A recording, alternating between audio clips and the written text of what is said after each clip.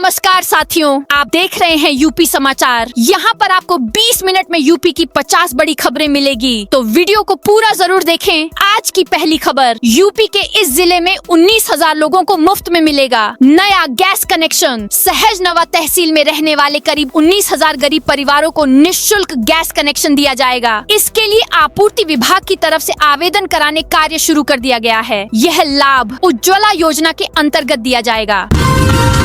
Trump बोले Iran बातचीत चाहता है, लेकिन अब देर हो चुकी। अमेरिका, इजराइल और ईरान जंग का आज चौथा दिन है। अमेरिकी राष्ट्रपति डोनाल्ड ट्रंप ने कहा है कि ईरान बातचीत करना चाहता है, लेकिन अब इसके लिए बहुत देर हो चुकी है। ट्रंप ने सोशल मीडिया पर पोस्ट करते हुए दावा किया कि ईरान का डिफेंस सिस्टम और लीडरशिप लगभग खत्म हो चुका है। ट्रंप ने कहा कि ईरान की एयर डिफेंस, एयर फोर्स और नेवी तबाह हो चुकी है। यूपी के कर्मचारियों की होली की खुशियां दोगुनी। उत्तर प्रदेश के लाखों सरकारी कर्मचारियों, शिक्षकों और पेंशन भोगियों के लिए इस बार की होली बेहद खास और खुशियों भरी साबित हुई है। तकनीकी बाधाओं के कारण वेतन रुकने की आशंकाओं के बीच मुख्यमंत्री योगी आदित्यनाथ के कड़े निर्देशों के बाद सोमवार को प्रदेश के लाखों परिवारों के बैंक खातों में फरवरी माह का वेतन और पेंशन क्रेडिट हो गई। वित्त विभाग की इस सक्रियता से उन कर्मचारियों ने राहत की सांस ली है जो सोमवार को बैंक अवकाश होने के कारण वित्तीय संकट की आशंका जता रहे थे। भारत के पास सिर्फ 25 दिन का तेल बचा। पश्चिम एशिया में बढ़ते तनाव और ईरान इजराइल युद्ध के बीच भारत के पास अब सिर्फ 25 दिनों का क्रूड ऑयल यानी कच्चा तेल और रिफाइंड ऑयल का स्टॉक बचा है। न्यूज एजेंसी ANI ने देश की एनर्जी सिक्योरिटी को लेकर यह अपडेट सरकारी सूत्रों के मुताबिक दिया है। हालांकि सरकार अभी पेट्रोल डीजल के दाम नहीं बढ़ाएगी।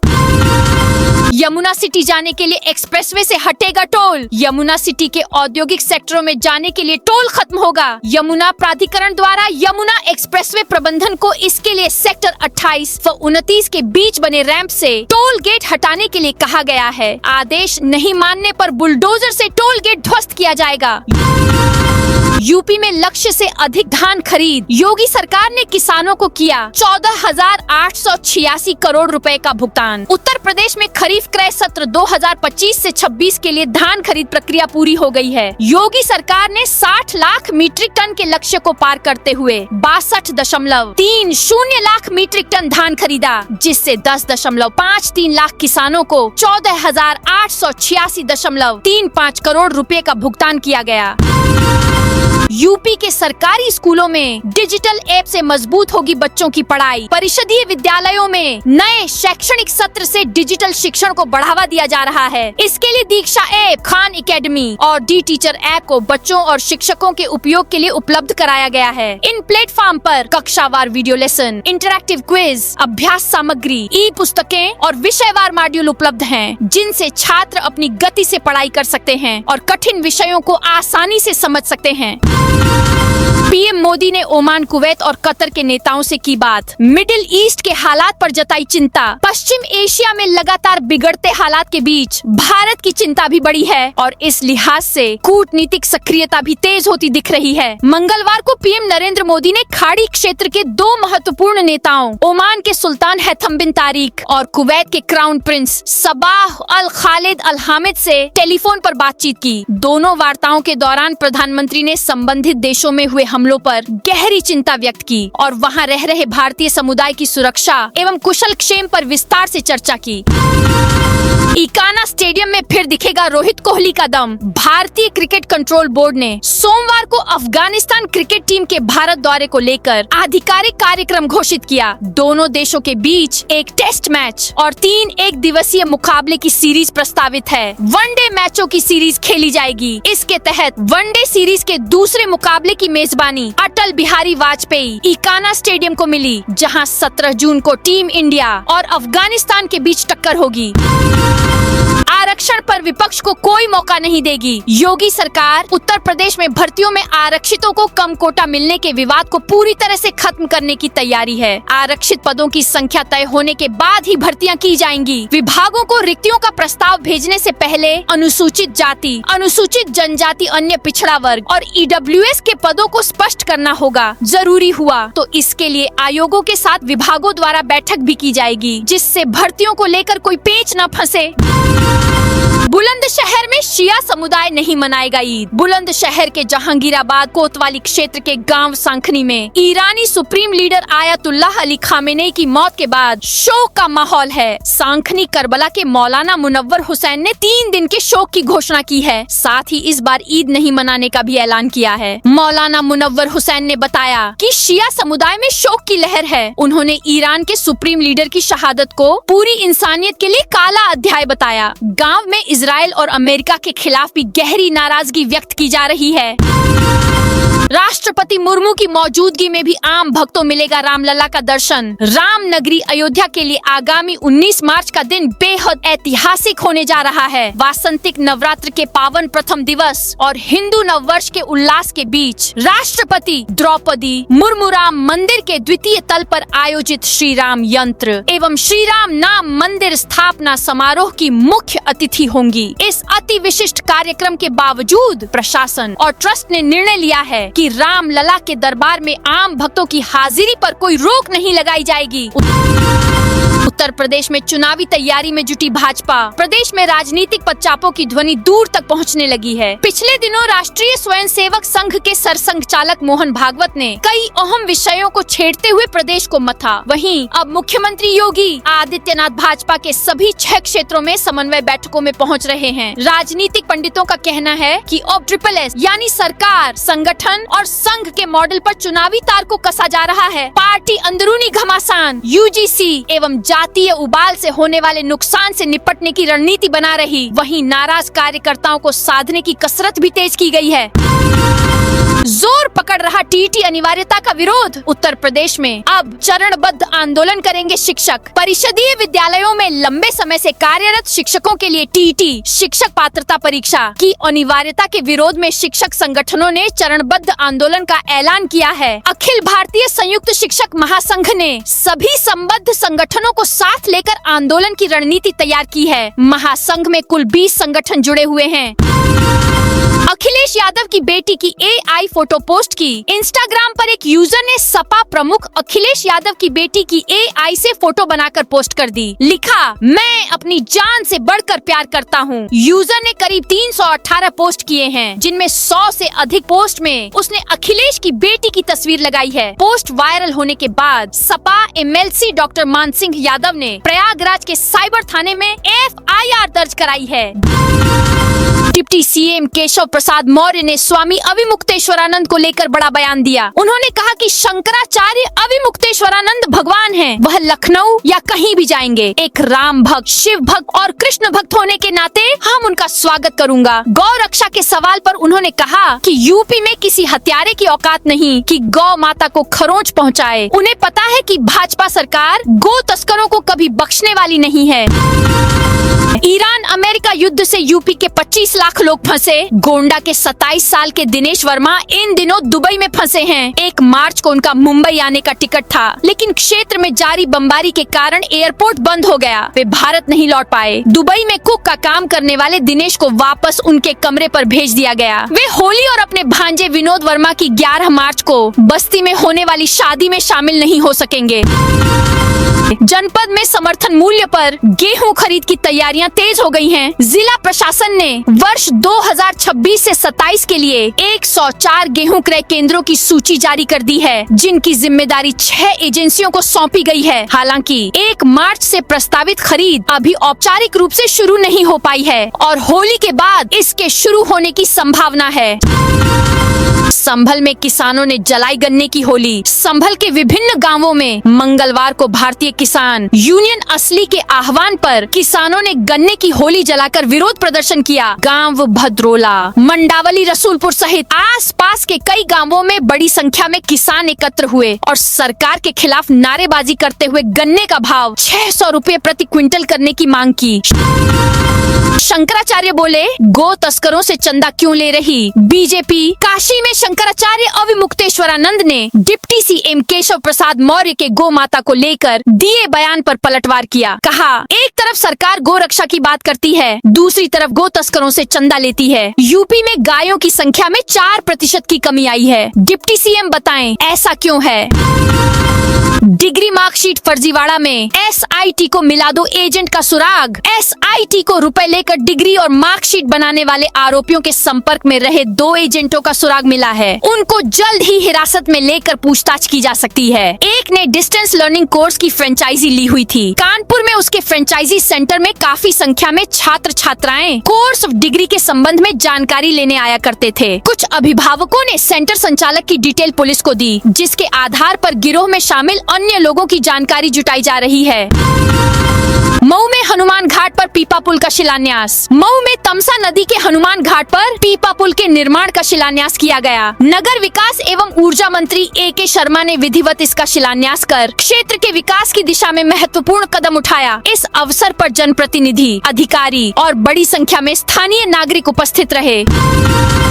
मैनपुरी में मिठाई काउंटर तोड़ने वाली युवती पर केस दर्ज। मैनपुरी के शहर कोतवाली क्षेत्र में स्कूटी खड़ी करने को लेकर हुए विवाद के बाद एक युवती द्वारा मिठाई की दुकान का काउंटर तोड़ने के मामले में पुलिस ने कार्रवाई शुरू कर दी है। पीड़ित दुकानदार की तहरीर और सोशल मीडिया पर वायरल वीडियो के आधार पर युवती के खिलाफ मुकदमा दर्ज कर लिया गया है।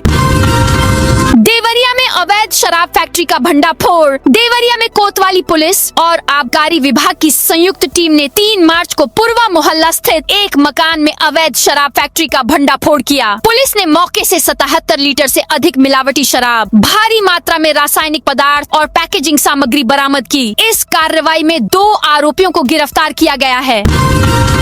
यूपी में बीमार लोगों को सीएम योगी ने दिया बड़ा आश्वासन। मुख्यमंत्री योगी आदित्यनाथ ने जनता दर्शन में गंभीर बीमारियों के इलाज के लिए आर्थिक सहायता की मांग करने पहुंचे लोगों को आश्वस्त किया कि वह बेफिक्र होकर अच्छे अस्पताल में उपचार कराएं। सरकार उनको भरपूर आर्थिक सहायता देगी। मुख्यमंत्री ने इसे लेकर अधिकारियों को निर्देशित भी किया कि जिन लोगों को उपचार में आर्थिक सहायता की आवश्यकता है, उनके एस्टीमेट की प्रक्रिया को जल्द से पूरा कराकर शासन को उपलब्ध कराया जाए। हर जरूरतमंद को इलाज के लिए मुख्यमंत्री विवेकाधीन कोष से सहायता राशि उपलब्ध कराई जाएगी। अब 16 नहीं, सिर्फ 5.30 मिनट में मिलेगी ट्रेन। कानपुर में IIT से नौबस्ता तक मेट्रो यात्रियों को जल्द ही कम इंतजार करना होगा। नौबस्ता तक मेट्रो का बैलेंस सेक्शन शुरू होने वाला है, जिससे प्लेटफॉर्म पर लगने वाला लंबा इंतजार खत्म हो जाएगा। वर्तमान में IIT से कानपुर सेंट्रल के बीच मेट्रो 16 मिनट के अंतराल पर मिलती है। नौबस्ता तक विस्तार के बाद यह वेटिंग टाइम घटकर 5.5 मिनट रह जाएगा। घुटने की रोबोटिक सर्जरी में पहला सरकारी अस्पताल बना BHU ट्रामा। भारत सरकार लगातार देश में मेडिकल सुविधाओं को दुरुस्त कर रही है। इसी क्रम में भारत में सार्वजनिक स्वास्थ्य सेवाओं को एडवांस मेडिकल टेक्निक से सशक्त बनाने की दिशा में एक ऐतिहासिक उपलब्धि दर्ज करते हुए ट्रॉमा सेंटर IMS BHU में अत्याधुनिक की शुरुआत की गई। इसके साथ ही BHU ट्रॉमा सेंटर देश का पहला सरकारी चिकित्सा संस्थान बन गया है, जहां नॉन सिटी आधारित रोबोटिक नी सर्जरी शुरू की गई है। लखनऊ में काली पट्टी बांधकर पढ़ी जाएगी ईद की नमाज। लखनऊ में ईद की नमाज काली पट्टी बांधकर पढ़ने की अपील की गई। ईरान पर हुए हमले और आयतुल्लाह खामेनी की मौत को लेकर शिया चांद कमेटी के अध्यक्ष मौलाना सैफ अब्बास ने बयान जारी करके भावनात्मक अपील की है। सैफ अब्बास ने कहा, लखनऊ में उल्मा की ओर से 3 दिन के शोक की घोषणा की गई थी, जिसका आज तीसरा दिन है। वहीं ईरान में 40 दिन के शोक का ऐलान किया गया है। इन्हीं दिनों के दौरान ईद भी है। यूपी को हरित प्रदेश बनाने में जुटी योगी सरकार। उत्तर प्रदेश को हरित प्रदेश बनाने में योगी सरकार जुटी हुई है। यूपी की योगी सरकार अब वर्ष 2026 में भी अभियान चलाकर 35 करोड़ पौधे लगाए जाने का बड़ा काम किया जाएगा। यूपी में पिछले वर्ष 37.21 करोड़ पौधे लगाए गए थे। देखा जाए तो योगी सरकार पिछले 9 वर्षों में 242 करोड़ पौधे लगा चुकी है। ग्रीन चौपाल लगाकर लोगों को पौधरोपण के लिए प्रेरित और जागरूक किया जा रहा है। राम जानकी की मूर्ति चोरी करने वाले 5 आरोपी गिरफ्तार। महोबा के अजनार थाना क्षेत्र में राम जानकी मंदिर से चोरी हुई प्राचीन मूर्तियां पुलिस ने महज 72 घंटे के भीतर बरामद कर ली हैं। इस मामले में 3 मुख्य आरोपियों समेत कुल 5 लोगों को गिरफ्तार किया गया है। यह घटना अजनार थाना क्षेत्र के पूर्वा पनवाड़ी गाँव में 28 फरवरी की रात हुई थी। वर्षों पुराने राम जानकी मंदिर से मूर्तियों की चोरी के बाद ग्रामीणों में भारी आक्रोश फैल गया था, क्योंकि यह मंदिर क्षेत्र की आस्था का प्रमुख प्रमुख केंद्र माना जाता है।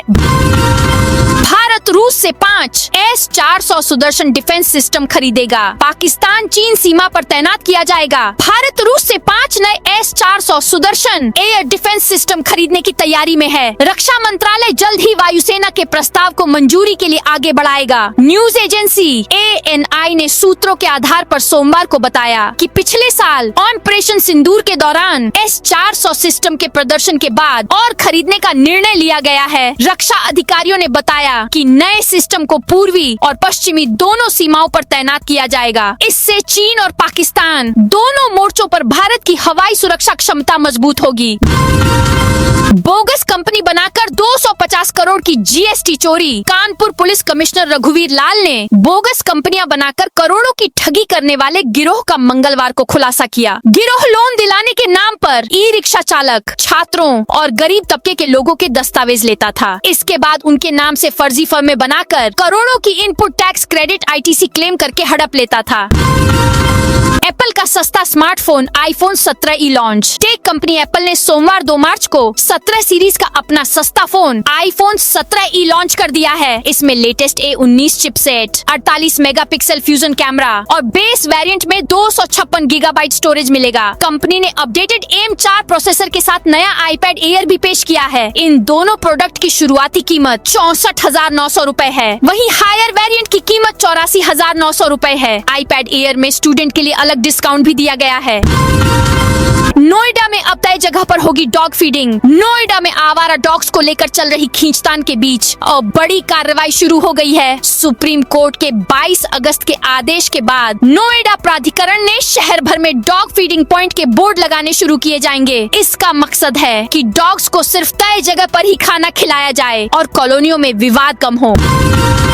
वृंदावन की इस कॉलोनी में अचानक पंजाब पुलिस का छापा। उत्तर प्रदेश के वृंदावन के सुनरख रोड स्थित हरे कृष्णा आर्किड कॉलोनी के B812 फ्लैट में मंगलवार को उस वक्त हड़कंप मच गया जब पंजाब पुलिस ने अचानक छापामार कार्रवाई की। पुलिस ने यहाँ किराए पर रह रहे सौरभ गुप्ता और उसकी पत्नी प्रगति गुप्ता को गिरफ्तार कर पंजाब ले गयी। बृजभूषण सिंह का रंग बरसे गाने पर गमछा डांस। यूपी में होलिका दहन हो चुका है। चंद्र ग्रहण की वजह से भले ही मंगलवार को लोग रंग नहीं खेल रहे, लेकिन मूड होली वाला ही है। गोंडा में पूर्व भाजपा सांसद बृजभूषण सिंह ने रंग बरसे भीगे चुनर वाली गाने पर जमकर डांस किया। इस दौरान उन्होंने गले में गमछा डाला और पूरे गाने के दौरान उसे हिलाते रहे। बृजभूषण ने अपने घर पर थारू जनजाति होली उत्सव कार्यक्रम आयोजित किया। इसमें बलरामपुर, श्रावस्ती से थारू समाज के लोग शामिल हुए।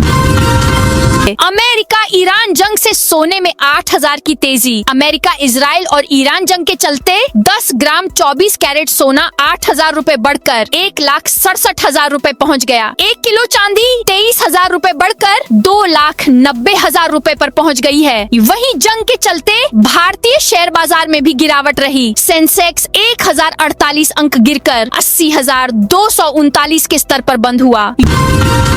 यूपी ने फरवरी में की रिकॉर्ड 9,731 करोड़ की राजस्व वसूली। उत्तर प्रदेश में राज्य कर विभाग ने फरवरी में रिकॉर्ड 9,731 करोड़ रुपए की राजस्व वसूली कर उपलब्धि हासिल की है। यह पिछले वर्ष की तुलना में 352 करोड़ रुपए अधिक है। वहीं चालू वित्तीय वर्ष में अब तक कुल 1,03,779 करोड़ की राजस्व वसूली की जा चुकी है, जो बीते वर्ष की समान अवधि से 402 करोड़ रुपए अधिक है। भारत फिर बढ़ाएगा रूस से कच्चे तेल की खरीद। मिडिल ईस्ट में ईरान इजराइल के बीच जंग और तेल की सप्लाई चेन प्रभावित होने के बाद भारत ने एक बार फिर रूस की ओर रुख किया है। ब्लूमबर्ग की रिपोर्ट के मुताबिक भारत अपनी जरूरतों को पूरा करने के लिए रूस से कच्चे तेल की खरीद बढ़ाने का प्लान बना रहा है। पिछले कुछ दिनों में स्ट्रैट ऑफ हॉर्मुज के जरिए होने वाली तेल की सप्लाई लगभग ठप हो गई है, जिसके चलते सरकारी रिफाइनरीज और पेट्रोलियम मंत्रालय के अधिकारियों ने दिल्ली में एक इमरजेंसी मीटिंग कर विकल्प तलाशने शुरू कर दिए हैं। गोपालकों और ग्रामीण महिलाओं के लिए खास हुई इस बार की होली। उत्तर प्रदेश में इस बार होली का उल्लास न केवल रंगों से बल्कि गोमाता के आशीर्वाद और ग्रामीण महिलाओं के स्वावलंबन से भी सराबोर होगा। प्रदेश की योगी आदित्यनाथ सरकार में राज्य के विभिन्न जिलों में पूरी तरह से प्राकृतिक तत्वों से पारंपरिक और ऑर्गेनिक गुलाल तैयार किया जा रहा है। यह गुलाल न केवल त्वचा के लिए सुरक्षित है बल्कि ग्रामीण अर्थव्यवस्था को मजबूत मजबूती प्रदान करते हुए नारी सशक्तिकरण का नया अध्याय लिख रहा है। यूपी के सभी मंदिरों के खोलने की तैयारी शुरू। यूपी में चंद्र ग्रहण के चलते मंदिरों के कपाट बंद कर दिए गए हैं। मंदिरों के बाहर सन्नाटा पसरा रहा, लेकिन अब ग्रहण के बाद शाम 7:15 बजे मंदिर में प्रवेश कर गर्भगृह की विधिवत साफ सफाई और श्रृंगार किया जा रहा। अब संध्या आरती के साथ दर्शन पूजन शुरू हो जाएंगे। अयोध्या में राम मंदिर और हनुमानगढ़ी में सुबह 8:15 बजे भगवान को भोग लगाया गया। इसके बाद सुबह 9 बजे से मंदिरों के कपाट बंद कर दिए गए। भारत में अटके वेस्ट इंडीज और जिम्बाब्वे के क्रिकेटर्स T20 वर्ल्ड कप में भारत से हार के बाद जिम्बाब्वे और वेस्ट इंडीज की टीमें सेमीफाइनल की रेस से बाहर हो गयीं। दोनों टीमों के प्लेयर्स इसके बावजूद अपने देश नहीं लौट पा रहे हैं। ईरान इजराइल के बीच जंग के कारण वेस्ट एशिया का एयर स्पेस बंद है। जिम्बाब्वे और वेस्ट इंडीज के प्लेयर्स को अपने देश इसी रूट से जाना है, लेकिन दोनों टीमों के खिलाड़ी फिलहाल भारत के होटलों में ही रुके हुए हैं। महाराष्ट्र के पालघर में केमिकल प्लांट से ओलियम गैस का रिसाव। महाराष्ट्र के पालघर जिले में स्थित एक केमिकल प्लांट में सोमवार दोपहर करीब 2 बजे ओलियम गैस का रिसाव हुआ है। अधिकारियों ने बताया कि सूचना मिलते ही फायर ब्रिगेड, NDRF और आपातकालीन की कई टीमें मौके पर पहुंची। रेस्क्यू टीमें प्लांट से गैस रिसाव रोकने की कोशिश में लगी है। प्रशासन ने एहतियात के तौर पर इलाके से करीब 2600 लोगों को सुरक्षित जगहों पर शिफ्ट किया है। फिलहाल घटना में किसी के हताहत होने की जानकारी नहीं मिली है। तो दोस्तों, यह थी आज उत्तर प्रदेश के सभी जिलों की दिन भर की ताजा और बड़ी खबरें।